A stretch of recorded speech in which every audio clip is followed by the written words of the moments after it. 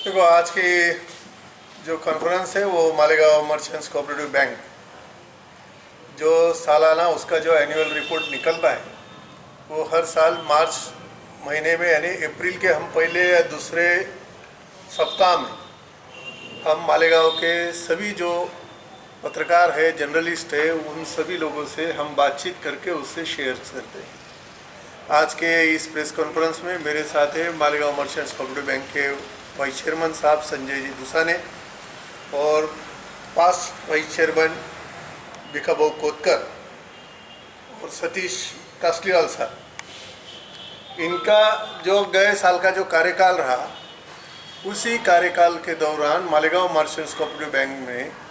Bank जब से बनी उसके पहली बार ये आया कि बैंक ने 4 करोड़ 32 लाख रुपए का मुनाफा कमाया। मगर हम लोग जो बैंकिंग करते हैं, हमारी जो सोच है वो हम मुनाफे के तौर तरीके पे या मुनाफे पे बैंक को नहीं अंदाज़ आते। हमारा एक हमेशा से कहना है कि जो कोऑपरेटिव सोसाइटीज़ है या कोऑपरेटिव संस्थाएं है जो लोगों से जुड़ी हुई है, लोगों के ज़मीनी हकीकत से जुड़ी हुई है संस्था है, इसके लिए वो मुनाफा कमाए मगर मुनाफा खोर ना हो, ये हमारा रहा। इसके लिए हम ज़्यादा से ज़्यादा सिर्फ बैंकिंग ही नहीं तो बैंकिंग के साथ साथ सोशल बैंकिंग किस तरह से की जाए, जिसमें ब्याज दरों में रियायत है। जो भी हमारा या इस गांव का रहने वाला जो नौजवान है वो खुद के पैरों के बलबूते पर खड़ा होना चाहता है, उसकी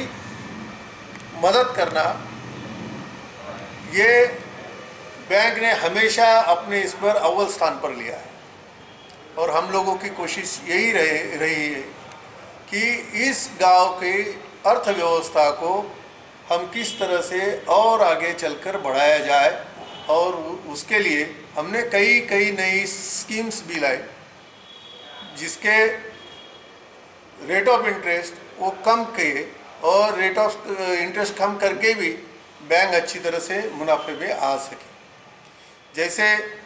नया बिजनेस शुरू करना चाहते हैं उनके लिए है, और सिर्फ वही नहीं, आज अगर आप देखेंगे तो दुनिया में पढ़ाई लिखाई के लिए एक काफ़ी तरह से हम लोग तवज्जो दे रहे हैं। हमारे जो बच्चे हैं, जो नौजवान है, वो आज 7 समंदर पार कर जो भी बाहर की यूनिवर्सिटीज़ है उसमें पढ़ना लिखना चाहता है। मगर कई हमने देखने में इस तरह से आया कि कई नौजवान बच्चों को बैंक के बहुत सारे कागज़ों से जो उलझे रहते हैं और उस उलझन में उलझे रहने के वजह से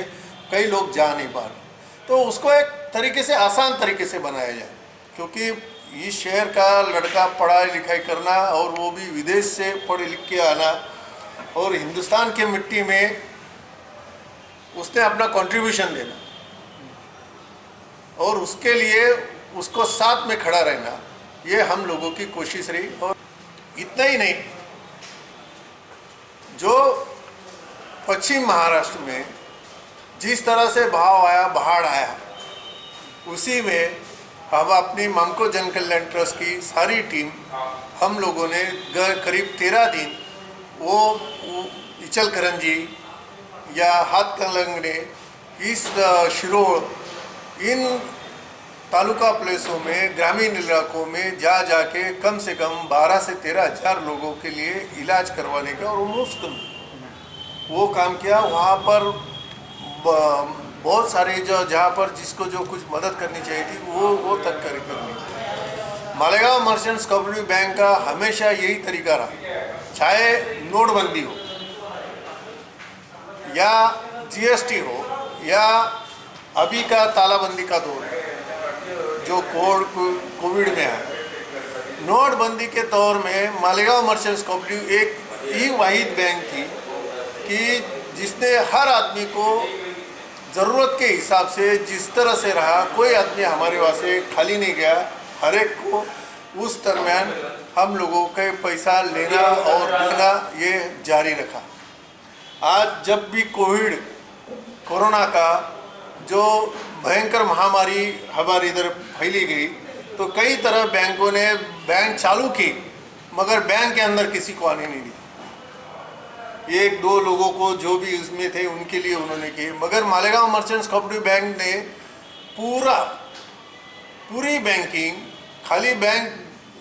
लोगों के इसमें ही नहीं किया कि उनके जो भी उन्होंने रकम रखी थी या लेन देन का व्यवहार था वो किया, कैश भी लिया। कैश लेने के लिए बाकी सारी बैंकें जो थी, जो बड़ी बड़ी बैंक है, नेशनलाइज बैंक वगैरह या जो प्राइवेट सेक्टर की बैंक है वो सारे लोग कतराते थे, मगर मालेगांव मर्चेंट्स कोऑपरेटिव बैंक ने ही सारे लोगों का कैश भी लिया, यानी भरना भी लिया,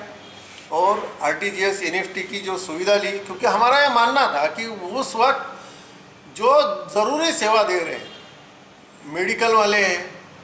जैसे किराना वाले हैं, दूध वाले हैं, इस तरीके की जो सुविधाएं थी उनके लिए, आर्थिक व्यवहारों के लिए, व्यापारियों को माल लाने के लिए,